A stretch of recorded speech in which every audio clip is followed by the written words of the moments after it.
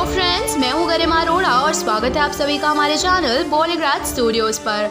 और आज मैं आपके साथ बात करने वाली हूँ एस राजमौली की अगली पेशकश के बारे में। क्या बाहुबली के बाद एस राजमौली की मूवी भी होगी सुपर डुपर हिट? क्या बाहुबली की तरह दर्शकों के दिलों पर राज करेगी एस राजमौली की ये फिल्म? तो दोस्तों, आपको बता दें कि आज हम बात कर रहे हैं एस राजमौली की अगली फिल्म महाभारत के बारे में। जैसा कि आप सभी जानते होंगे कि राजमौली अपने कई इंटरव्यू में बता चुके हैं कि महाभारत को बड़े पर्दे पर बनाना उनका एक ड्रीम प्रोजेक्ट है। तो ऐसे में महाभारत का नाम सुनते ही हमारे मन में कुछ सवाल उठते हैं। तो आइए बात करते हैं उन सभी सवालों के बारे में। महाभारत का नाम सुनते ही दिमाग में सबसे पहले ख्याल आता है, क्या 3 घंटे के अंदर इतने बड़े ग्रंथ को समेट पाना आसान होगा?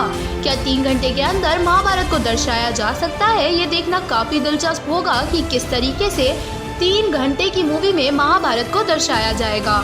राजमौली की इस फिल्म को लेकर दर्शकों के बीच जितना इस बात का उत्साह है कि कैसे 3 घंटे में पूरी फिल्म दर्शाई जाएगी, उससे ज्यादा उत्साह इस बात को लेकर है कि फिल्म में आखिर कौन कौन से अभिनेता दिखाई देंगे और अभिनेता किस किरदार में नजर आने वाले हैं। जब भी इस फिल्म की बात होती है, लोगों के मन में एक्साइटमेंट बढ़ जाता है और लोगों को इस फिल्म का बेसब्री से इंतजार है।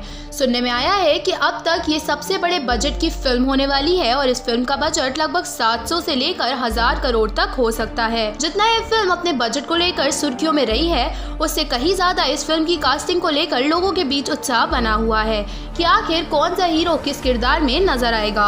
आपको बता दें कि अब तक जितना इस फिल्म के बारे में पता चला है, उस हिसाब से इस फिल्म में अमिताभ बच्चन भीष्म के रोल में, आमिर खान कृष्ण के रोल में, शाहरुख खान अर्जुन के रूप में, रजनीकांत द्रोणाचार्य के रूप में, अर्जुन रामपाल युधिष्ठिर के रूप में, प्रभास भीम के रूप में, दीपिका पादुकोण द्रौपदी के रूप, ऋतिक रोशन कर्ण के रूप में, रेखा कुंती के रूप में और वहीं अजय देवगन दुर्योधन के रूप में, ऐश्वर्या राय गंगा के रूप में, विद्या बालन सत्यवती के रूप में, अभिषेक बच्चन दुशासन और गुलशन ग्रोवर शकुनी के रूप में नजर आएंगे। रणवीर सिंह सहदेव के रूप में, कमल हसन शांतनु के रूप में नजर आ सकते हैं। इसके अलावा सुनने में ये भी आया है कि ये फिल्म सिर्फ हिंदी में नहीं बल्कि और भी अन्य भाषाओं में बनाई जाएगी। इस फिल्म को लेकर लोगों के बीच में सबसे बड़ी बात चल रही है, क्या महाभारत जैसे एक बड़े पुराण को 3 घंटे में पूरा किया जा सकता है? तो इस पर आपको बता दें कि ये फिल्म सिर्फ एक पार्ट में खत्म नहीं होगी। इस फिल्म के कई पार्ट बनाए जाएंगे। जी हाँ, सही सुना आपने, इस फिल्म के बहुत सारे पार्ट बनाए जाएंगे। इस फिल्म की कास्टिंग में लगभग सभी बड़े हीरो हीरोइनों का नाम सुनकर लोगों के मन में एक सवाल और उठता है कि क्या ये फिल्म लगभग सभी बड़े अभिनेता दिखाई दे पाएंगे? क्या ये फिल्म शताब्दी की एक बहुत ही बेहतरीन फिल्मों में से एक होने वाली है? इन बड़े किरदारों को एक साथ देखना कितना मजेदार होगा, इसके लिए दर्शक बहुत ही ज्यादा उत्सुक हैं। साथ ही एस राजमौली ने अपने एक इंटरव्यू में बताया है कि शायद ये फिल्म उनकी जिंदगी की आखिरी फिल्म हो सकती है। तो क्या एस राजमौली जैसे एक बड़े डायरेक्टर की ये आखिरी फिल्म होगी? इस बात को लेकर भी लोगों के बीच काफी चर्चा बनी हुई है और साथ ही ये भी बताया गया है कि उनका ड्रीम प्रोजेक्ट है जिसे वे हमेशा से करना चाहते थे और अपने करियर का अंत भी इसी के साथ करने वाले हैं।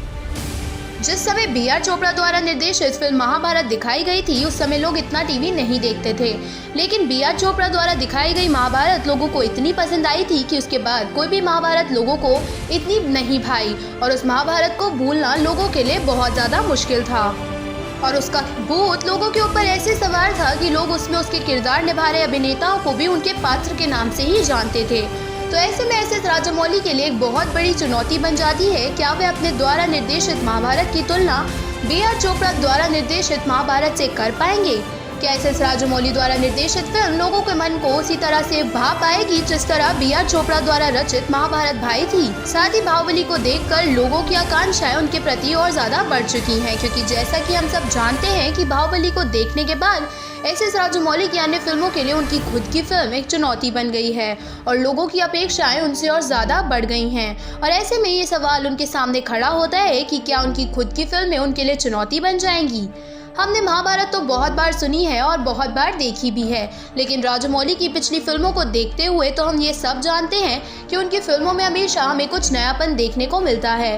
तो ऐसे में देखने वाली बात ये होगी कि इनके द्वारा डायरेक्टेड महाभारत किस दृष्टिकोण पर आधारित होगी, क्योंकि जैसा कि हम सब जानते हैं कि बी.आर. चोपड़ा की महाभारत समय के दृष्टिकोण को लेकर दर्शाई गई थी। अब देखने वाली बात ये होगी कि राजमौली किस दृष्टिकोण को लेकर इस फिल्म को बनाने वाले हैं।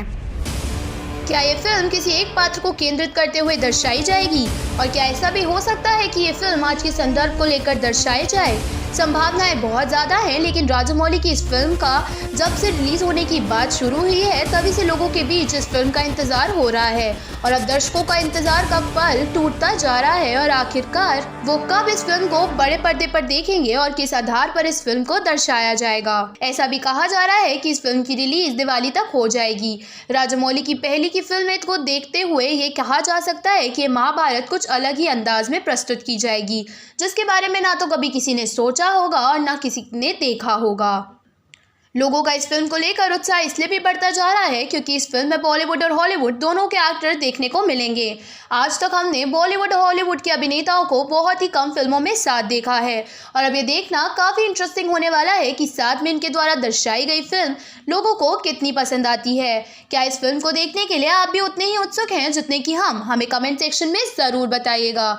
इस फिल्म और आने वाली और भी बहुत सारी फिल्मों के बारे में आप भी जानना चाहते हैं तो सबसे पहले तो सब्सक्राइब करें हमारे चैनल को और इस वीडियो को लाइक करना ना भूलें।